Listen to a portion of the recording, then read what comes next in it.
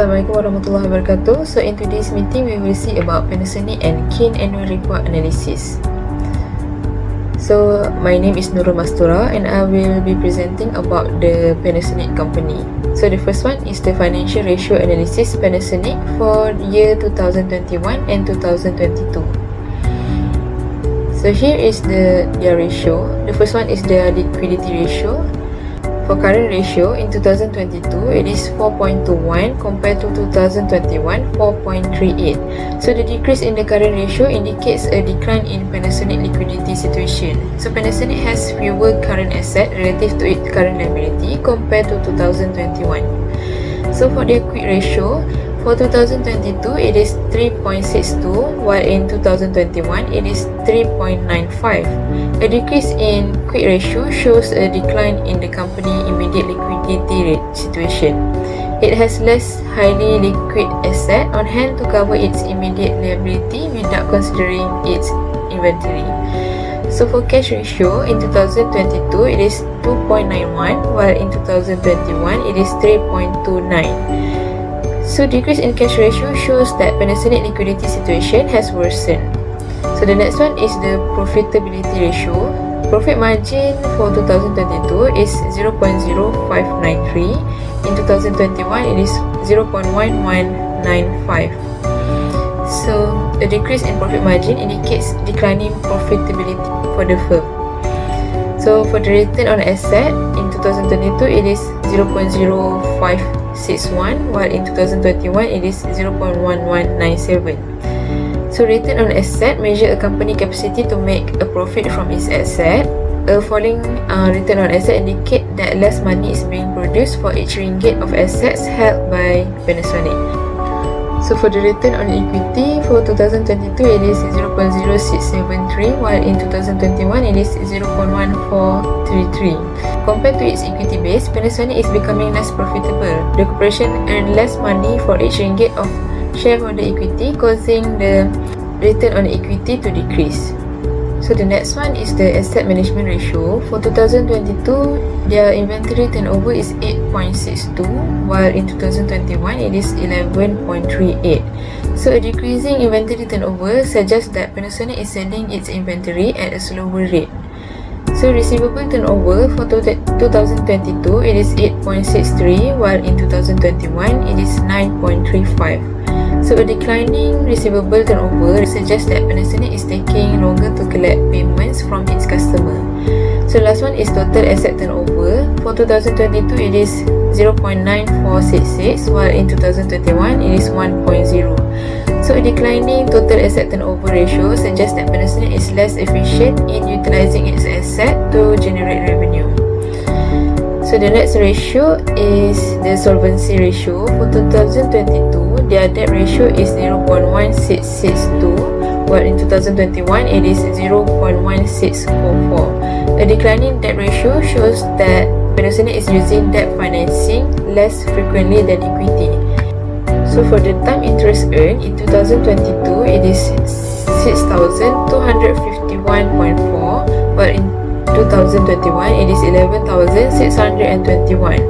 So decreasing in time interest earned ratio means that the company earnings before interest and tax is less sufficient to cover its interest expense. For the cash coverage ratio in 2022, it is 11,874.4, while in 2021 it is 14,908.67. So decreasing cash coverage ratio means that Panasonic operating cash flow is less sufficient to cover its interest expense. So for the market book value ratio, the earning per share for 2022 is 0.885, while in 2021 it is 1.92. Earning per share measure the profitability of a company on a per share basis. Panasonic is becoming less profitable as it is generating less income for each outstanding share of stock. So for the price to earning ratio in 2022, it is 32.09, while in 2021 it is 16.87. The price to earning ratio compares a company's stock price to its earning per share, and increasing in price to earning ratio often reflects investor confidence in the company. Investors are willing to pay a higher price for each ringgit of earnings, anticipating the future growth. So the last one is the price earning to growth ratio. In 2022, it is 0.0623, while in 2021, it is 0.1381. So a declining in price to growth ratio suggests that Panasonic may be considered more attractively valued by investors relative to its expected earning growth. It indicates that the stock has become relatively cheaper in terms of growth potential. So for Panasonic, the decline in revenue was brought on by a slowdown in sales of some kitchen appliances. The discontinuation of its rice cooker and supply chain disruption also contribute to the decline in its revenue. The supply chain disruption were brought by on the COVID-19 lockdown in China, where certain part of the product were produced. So the business anticipate that 2023 would remain difficult due to continuous supply chain delay caused by the ongoing military situation between the Ukraine and Russia and China's zero COVID policy. This is followed by its rises in the cost of raw material and component parts, create a rising inflation that might reduce consumer spending. So there are a few suggestions for Panasonic to improve their business, including investing more in research and development for their product. So by investing in R&D, Panasonic may stand out from the competition. So electric appliances are essential tools consumer use for daily life activity, including cooking, cleaning, training, and many more. So with the innovative product, it can help consumer to be more efficient in daily life activity. So thus it will attract a lot of new customers. So other than that, Panasonic should embrace the digital transformation and use it to their advantage. They should use all platforms of digital marketing to reach even more customers. Like people rely on it to learn about different brands and its specialty. The primary benefit of digital marketing is the cost-effective and specific audience can be targeted using algorithm system. So not only that, but other benefit of digital marketing also include boosting brand loyalty by being truthful when giving service. Next is to improve in employee development. Employees are the company's most valuable resource, and any investment in their development will boost employee satisfaction and loyalty, while also increasing creativity and productivity at work. So Panasonic should help their staff members develop their abilities and skills that will prepare them better for their job. This will increase the value of the job that they do and will immediately give a lot of advantage to the company. Furthermore, having employee development can attract elite employees that can contribute to the company efficiency. So in conclusion, Panasonic can enhance both its performance and business operation for future development and success in business environment by putting this idea into practice. They can also stay dedicated to innovation, sustainability, and also customer happiness. My name is Hazika Matima Basri. I will present about financial ratio analysis scheme for year 2021 and 2022. The first is liquidity ratio. Current ratio 2022 is 2.27, while 2021 is 1.86. Thus, the current ratio in the year 2021 is lower than the current ratio in the year 2022. This shows that the company's capability in paying its obligation in the year 2021 is lower than the year 2022, which means it had increased in the year 2022. Quick ratio 2022 is 1.37, while 2021 is 1.09. Thus, the quick ratio in the year 2022 is higher than the quick ratio in the year 2021. This shows that the capability of the company to pay its short-term liability in the year 2022 is higher than in the year 2021. Cash ratio 2022 is 0.45, while 2021 is 0.33. Thus, the cash ratio in the year 2022 is higher than the cash ratio in the year 2021. This showed that capability of the company to pay its short-term liability in the year 2022 is higher than in the year 2021. Second is profitability ratio. Profit margin 2022 is 0.03 while 2021 is 0.04. Thus, the profit margin in the year 2021 is higher than the profit margin in the year 2022. This showed that the company generate more profit margin in the year 2021 than the year 2022. Return on asset 2022 is 0.05 while 2021 is 0.07. Thus, the return on asset in the year 2021 is the higher than the return on asset in the year 2022. This showed that the company is more profitable in the year 2021 than the year 2022. Return on equity 2022 is 0.05 while the 2021 is 0.14.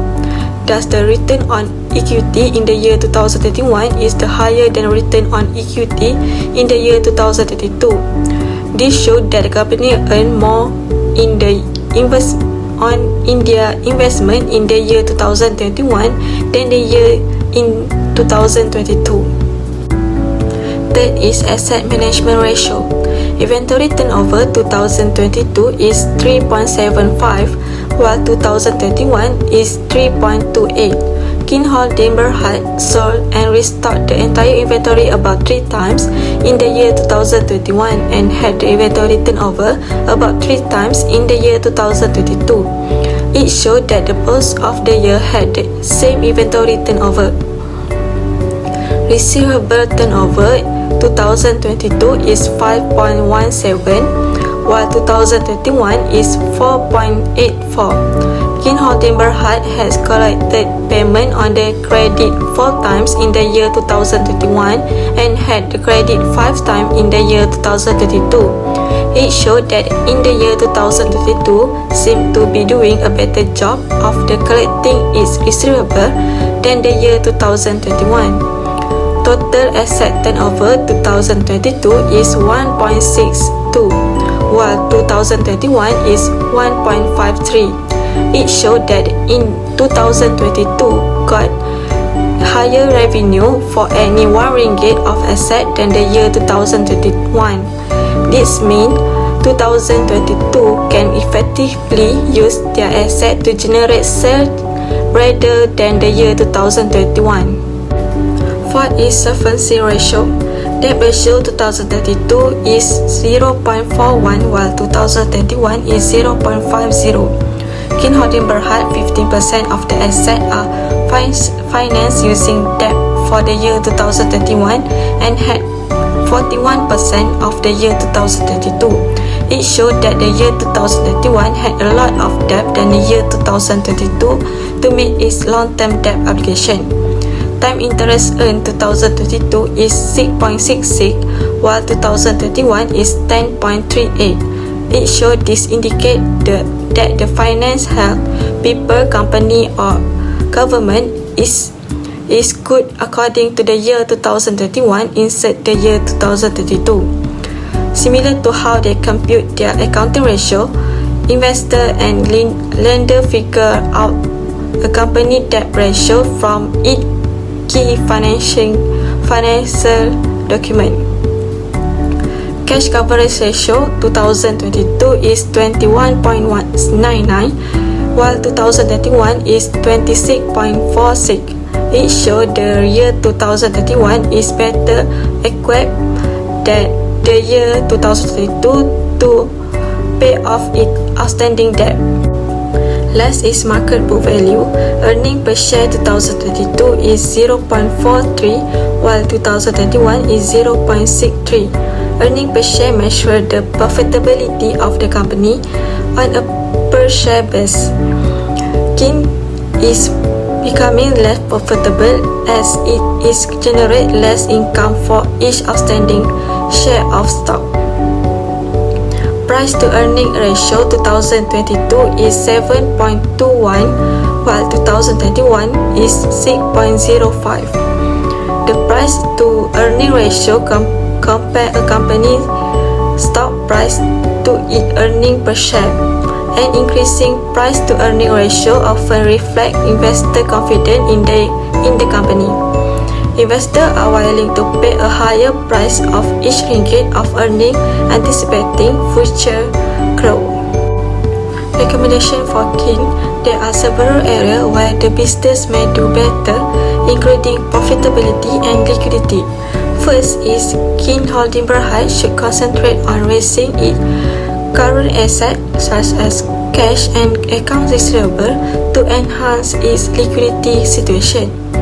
Last is KIN Holding Berhad should concentrate on raising its liquid assets such as cash and marketable security to strengthen its liquidity position.